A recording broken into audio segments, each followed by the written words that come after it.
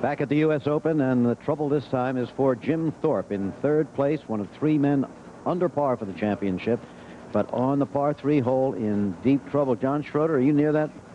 I'm right here, Jim. He is absolutely dead. He's going to try to play a bump and run out of the bush.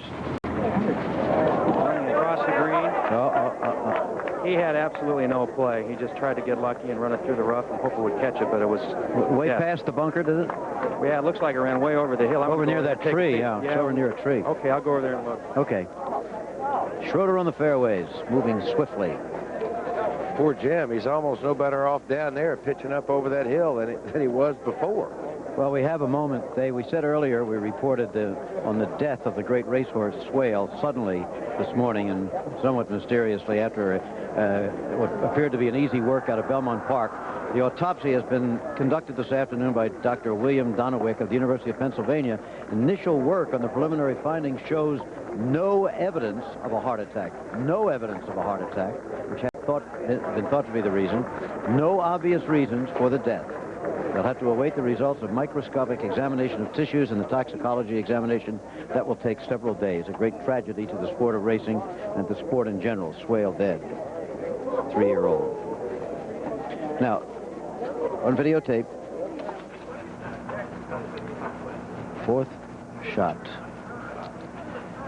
Another one of those little awkward things that you get in the Open with the fringe maybe just by his backswing there. And boy, that did it to him this time, didn't it? And that putt was also missed. Hale Irwin continuing to have his problems. Now, Jim Thorpe was his third shot on the par 3 hole. Nice shot, but in probable danger of a double bogey 5. That would be tough. It would drop him back to even par. Winged foot.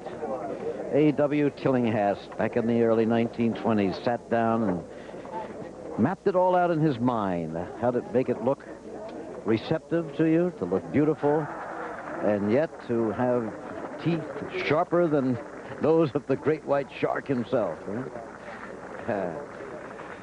Well, it's you get on the wrong side or you hit a bad shot, you miss those bunkers even though you don't want to be in a bunker, and then you really find out how hard winged foot is. Now, from this point on, the problem of Fuzzy Zoeller, it seems to me, David, is to decide whether to continue to attack, as he has, in a intelligent way, or whether to start to play defensive. And how many times have we seen somebody start to play defensive on the back nine of the U.S. Open and get into trouble?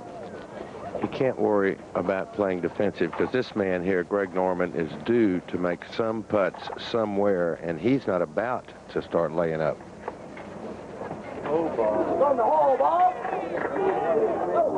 Good putt.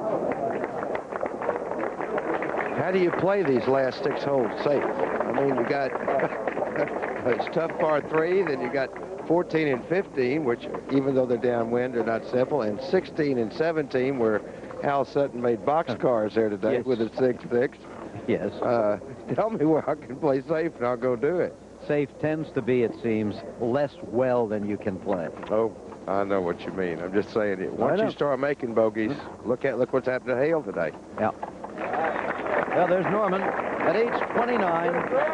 He and Fuzzy Zoeller, age 32, should be just moving into the prime of their careers, and so it appears certainly in this United States Open. Both big, strong, and at peace with themselves, it seems, from what you can tell. You need that out there, don't you? You have to have that.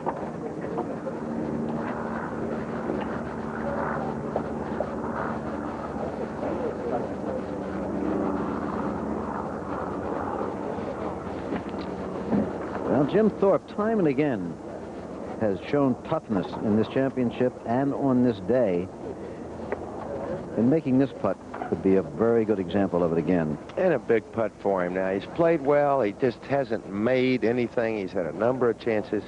Needs this for a bogey, and he certainly deserves to make one. Isn't that tough? Isn't that tough? It'll be a double bogey 5, which drops him to even. Talked to Fuzzy earlier about what he thinks of the final 6 holes here. Well, I'm going to tell you, Rossi, I played the golf course probably when I was 19 years old in a 4-ball tournament with my older brother, and I remember the golf course semi, but I didn't realize those the last 6 are such. I don't know. You just got to bring your golf game. There's no ifs, ands, whys, or buts about it. You've got to hit solid shots, and if you don't, you're going to make bogeys, and you know, sometimes a double bogey.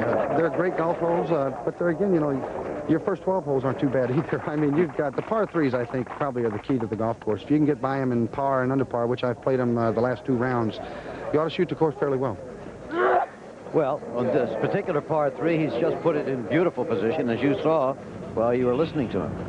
Well, that's the place. If you're going to make a 2, let's say, which he's below the hole, putting up the hill, just where you want to be. Hale Irwin now 6 over on today's round, 7 shots behind the leader.